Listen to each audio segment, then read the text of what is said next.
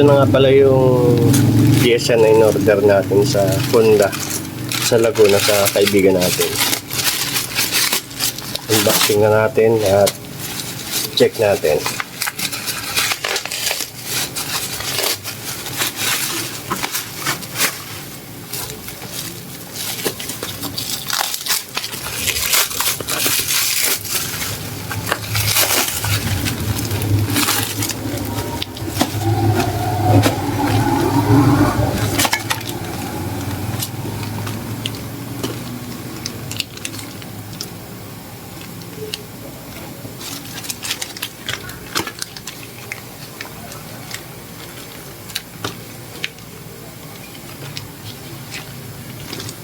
Bali, 5 piraso siya.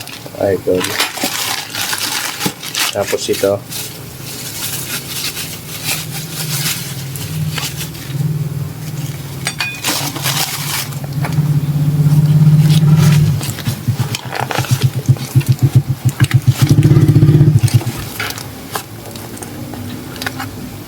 Boss. Ayan, brand new mga idol. Original. Tapos ito, yung lining. Bali, nakababad na siya sa langis. Yan, basa na siya.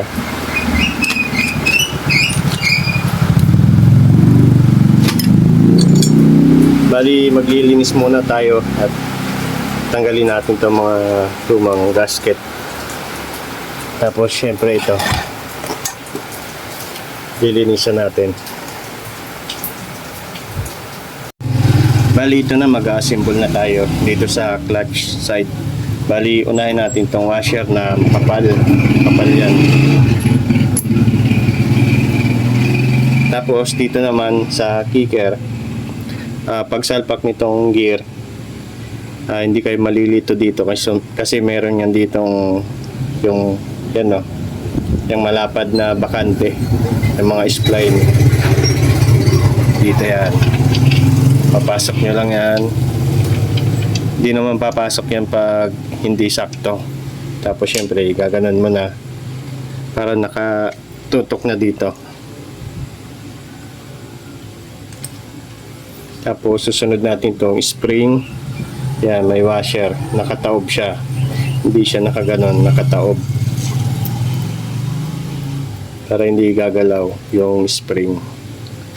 So ganyan na. Tapos sunod tong sa spring, sa return spring. Siyempre ipapashoot mo yan dun sa butas. May butas yan dyan. Pashoot mo yan dyan. Yan, pag nag-shoot na, ito naman yung pinaka bushing na lock dun sa spring para hindi umikot. Tapos sunod, ikutin mo na itong spring, isasabit mo dyan. Ayan, tapos testing mo kung gumagana. Yan. Ayan, bumabalik naman siya.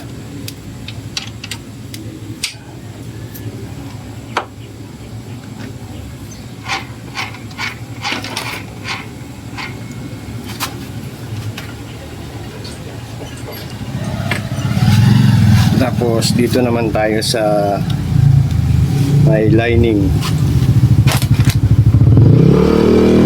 Siyempre, itong bago natin. Bali, binabad ko ulit siya sa langis. Kuha tayo ng isang lining. Yung original palang lining yan, mga idol. Malalapad yung ano niya. Itong local, yan, magkakadikit. Saka marami. Tapos ito, original, kakaunti lang. Okay, unahin natin yan. Ito, lining. Tapos itong plate. Siyempre may matalim yan. Tapos makinis na kanto. Yung makinis na kanto, nakaganyan. Nakaharap dito sa may lagayan ng spring. Tapos sunod, lining.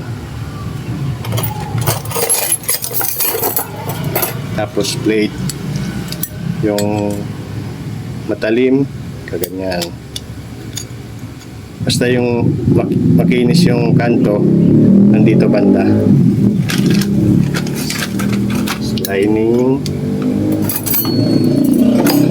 Straight. Kakapain nyo na lang para maano nyo.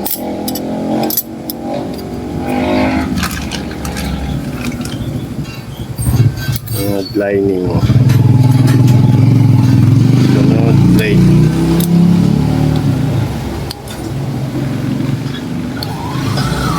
So.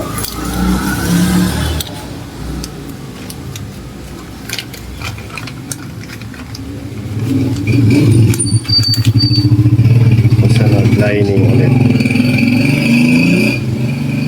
Tapos, yan. Para di na kayo malito, yan. May, ano yan, may parang butas. Tapos dito rin, may butas.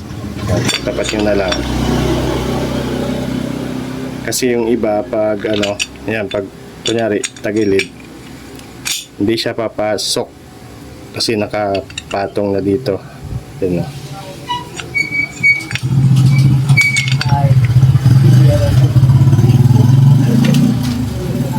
Tapos syempre pasok natin dito para naka-align. Sabay ilalagyan natin ng clutch spring na 4 na piraso.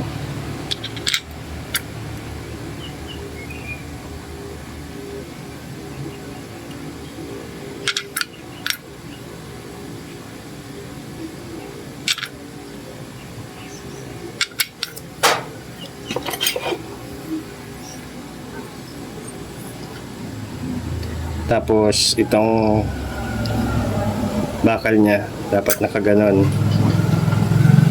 Yung malaki yung butas nasa ibabaw, hindi siya nakaganon. Kasi dito yan lagayan ng bearing. Yan o, lagayan siya ng bearing. At syempre ilalagay na natin tong 4 na tornilyo. Tapos ilalagay na natin, syempre may washer pa yan dito sa likod. Yan. Ang kapal din yan. Yan yan nakalagay. Tapos pasok natin. Tapos may bushing pa yan dito sa clutch housing.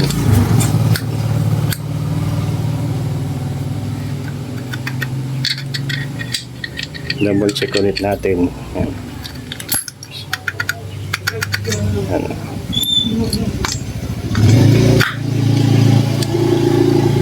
Tapos papasok natin.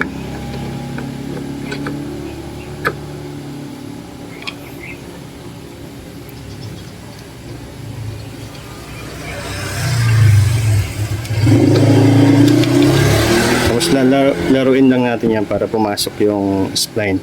Pwede nyo rin galaw-galawin dito sa kicker nya.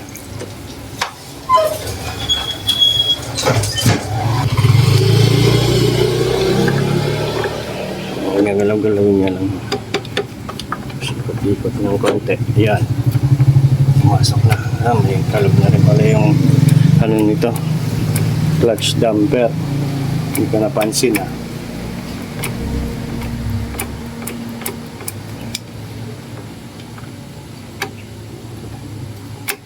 Laki na rin pala. Bali, babaklasin ulit natin. Check natin yung damper. Bali, ito meron tayo ditong isang spare na naparimatch na rin. Bali, galing to pang ano to, pang RS 150. Yan. Na-rematch na yan. At wala na yung kalog. Ito naman, yan yung may kalog. Yan.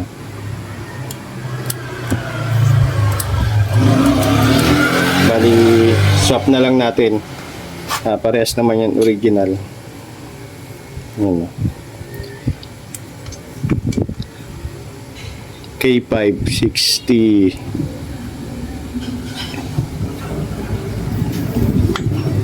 Ito rin, K56A XCD.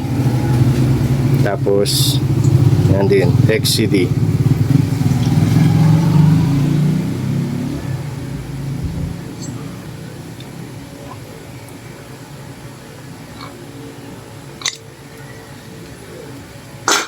Ito na yung ikakabit natin. Bushing.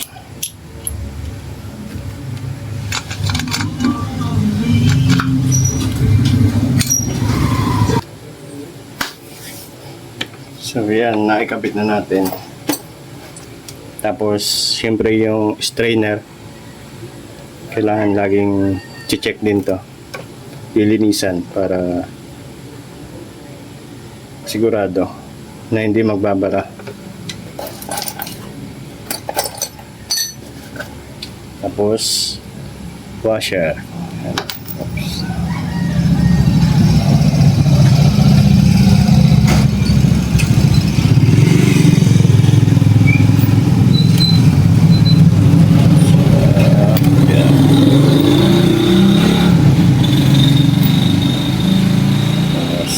Tornilyo.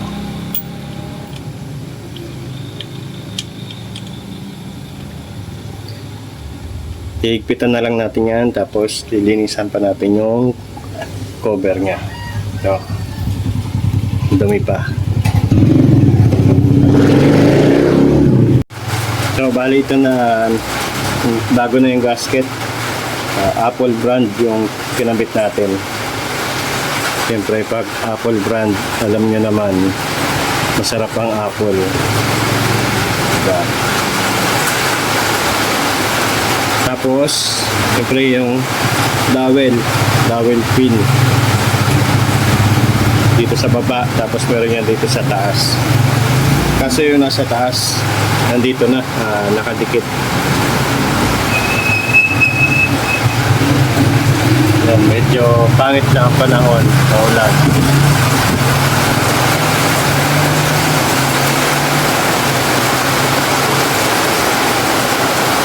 Tapos ipapasok na natin.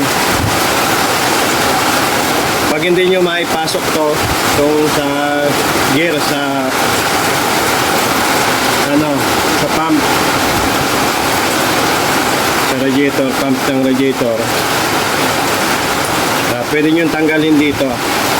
Tanggalin nyo yan para maiikot nyo. Yung testing natin kung papasok siya.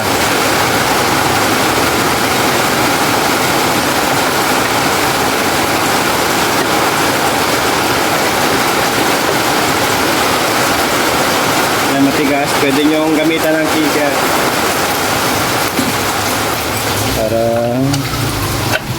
umikot siya.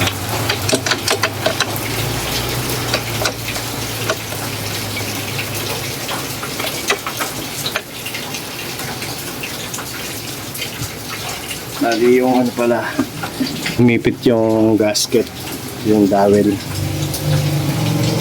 sa matigas.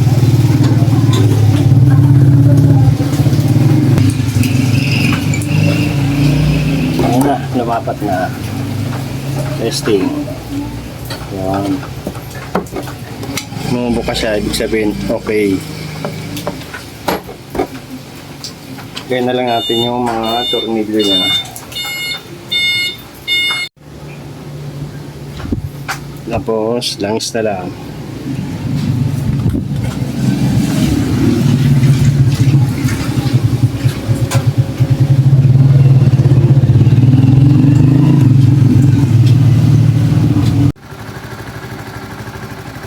Ito na mga idol, mandar na siya. Tapos, yan. Pinapaano muna natin yung mga bubbles bago natin siya takpan.